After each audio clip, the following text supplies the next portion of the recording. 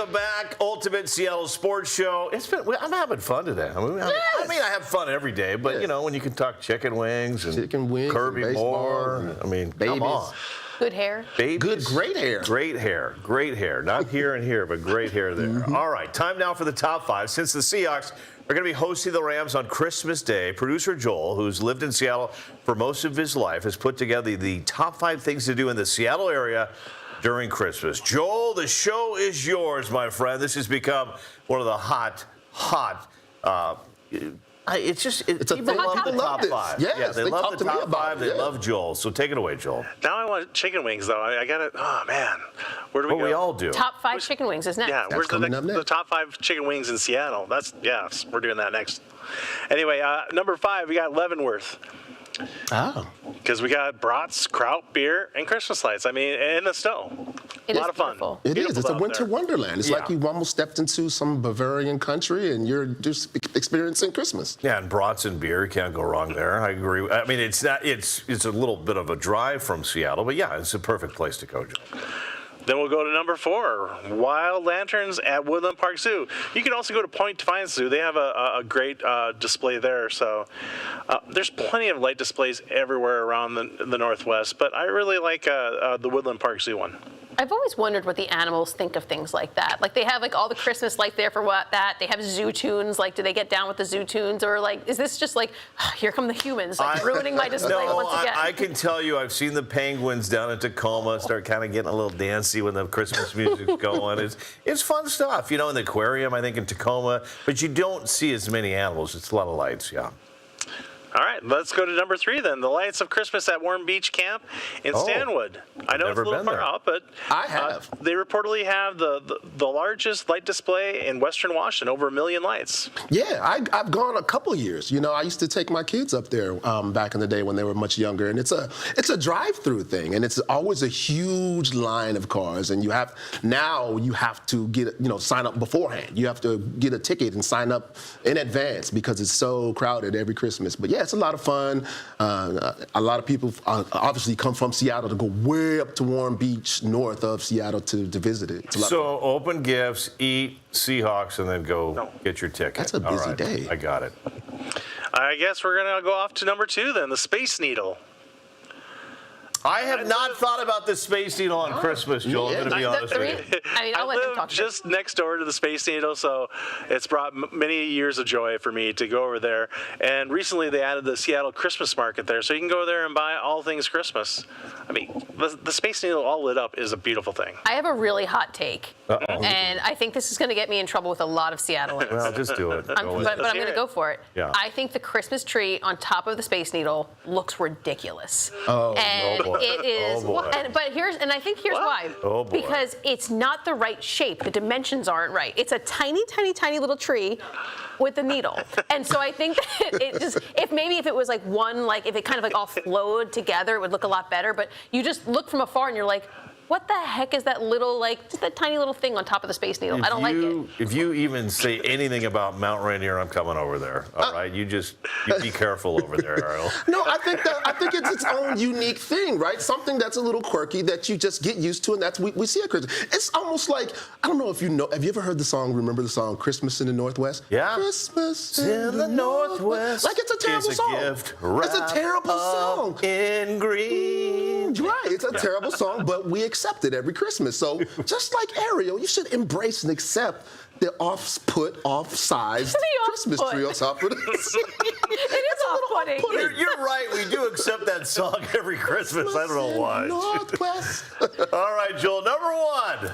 Number 1 is Pike Place Market. Of course, that has to be the top for me because I love going down Pike Place Market, walking around, getting some good food. But you also have a Santa Claus there.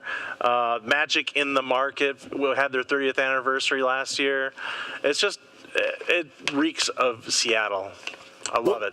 My only concern here is you know maybe you got the entire family dressed up. You know you're looking great, and you go there, and all of a sudden you've got a salmon that's been thrown at you. But does it have a little Christmas hat on it? It's got a little hat. Little hat. Hey, here's a halibut, Terry.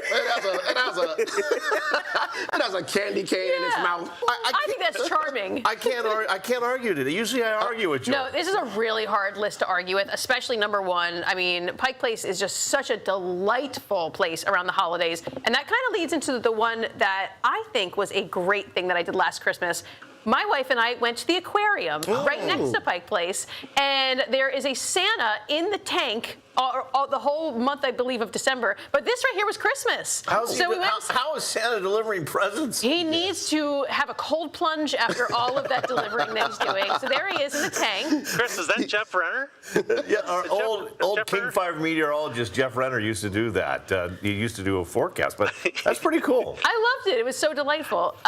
You know, childless people, we just like to go and go to the aquarium. Obscure things, yeah. I'll be honest with you. I've never been to Pike Place Market during the holidays. What has happened? I know, You've been there, right? not during the holidays. No, and that's It was a another jump thing. scare. So let me back that up. So here's an interesting point. I actually mentioned the other day that I can count on my one hand how many times I've been to Pike Place Market. Oh, my goodness. I know, it's almost sacrilege living here in Seattle all these years, but I went last week for Mother's Day to get some flowers, so maybe I'll go this year for Christmas. Good. And Terry, it's a gooey duck, not a geoduck. All right.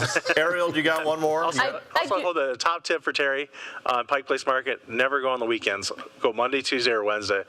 You'll avoid all the rush. Duly noted. Yeah. I do have one more. We now cut down our Christmas tree every year. So this is in the Snoqualmie forest. And that's me. I'm not very handy, but I figured out what kind of saw I need, and I just did the little hand saw thing. I think it was a hand saw. I don't know. Don't hold me to it. But now each year we cut down our own tree. You'd probably do this before Christmas itself, but you can do it on Christmas. I love it. It looks like down the bottom it was a little sparse, but it was. I mean, it's still fun. She was a. You know Are you what? calling that a Charlie Brown tree? He did it. She was a huge. To be honest, I actually cut that little piece off on the bottom, and it kind of just started super, super wide. But you know what? She was a diva. I loved her. Okay, number one for me, it's pretty simple. I love your list, Joel, but number one for me, it's been an Egan family tradition. We go to the Nordstroms in downtown Seattle, and we get a picture with Santa Claus. It is a tradition we've been doing. I love it because my wife makes me wait in line for Santa, and she goes shopping. It's interesting. Hey, why don't you stand in line? I'm going to go shopping. 2 hours later, I'm finally up front, get with Santa. That's Santa Claus around. There's the kids, and the wife has a full bag of Nordstrom's clothes. You got to delegate. At Christmas time especially, you got to delegate and get things done. Separate and conquer, and that's a beautiful thing your wife All does. right, Terry, you're number one? Mine was tough. I love Snowflake Lane in Bellevue, but it's not really Seattle, right? It's Seattle adjacent. One of the things that I've been doing for several years, for a long time since my kids were really young, we used to go to the Nutcracker. Aww. The Nutcracker of the Pacific Northwest Ballet is an incredible show, and so much talent. That's absolutely. That looks kind of like me, don't it? That's a. Y'all got me looking like Max Strong in there. What? That kind of looked like me, but it was like a mix between like me and Rachel Maddow. Was that Matthew McConaughey? Who's in charge of this? Look at that. Yeah, that's definitely if me and Rachel Maddow had like some kind of. Terry became a mix. Max Strong is. I might just go around Seattle telling people I'm Max Strong from now on. Doing appearances, signing autographs, and everything. Did you guys see me on the Ultimate Sports Show last week? All right, quickly, great work, Joel. Feedback from yesterday from our King 5 Sports Facebook page. Let's get to it. Linda says, Mini Me Altuve. Altuve is her number one. Elijah writes Altuve and Springer for sure. Andrew Patrick goes all in with all of them with a picture of a trash can. Not a lot of love for the Astros in Seattle.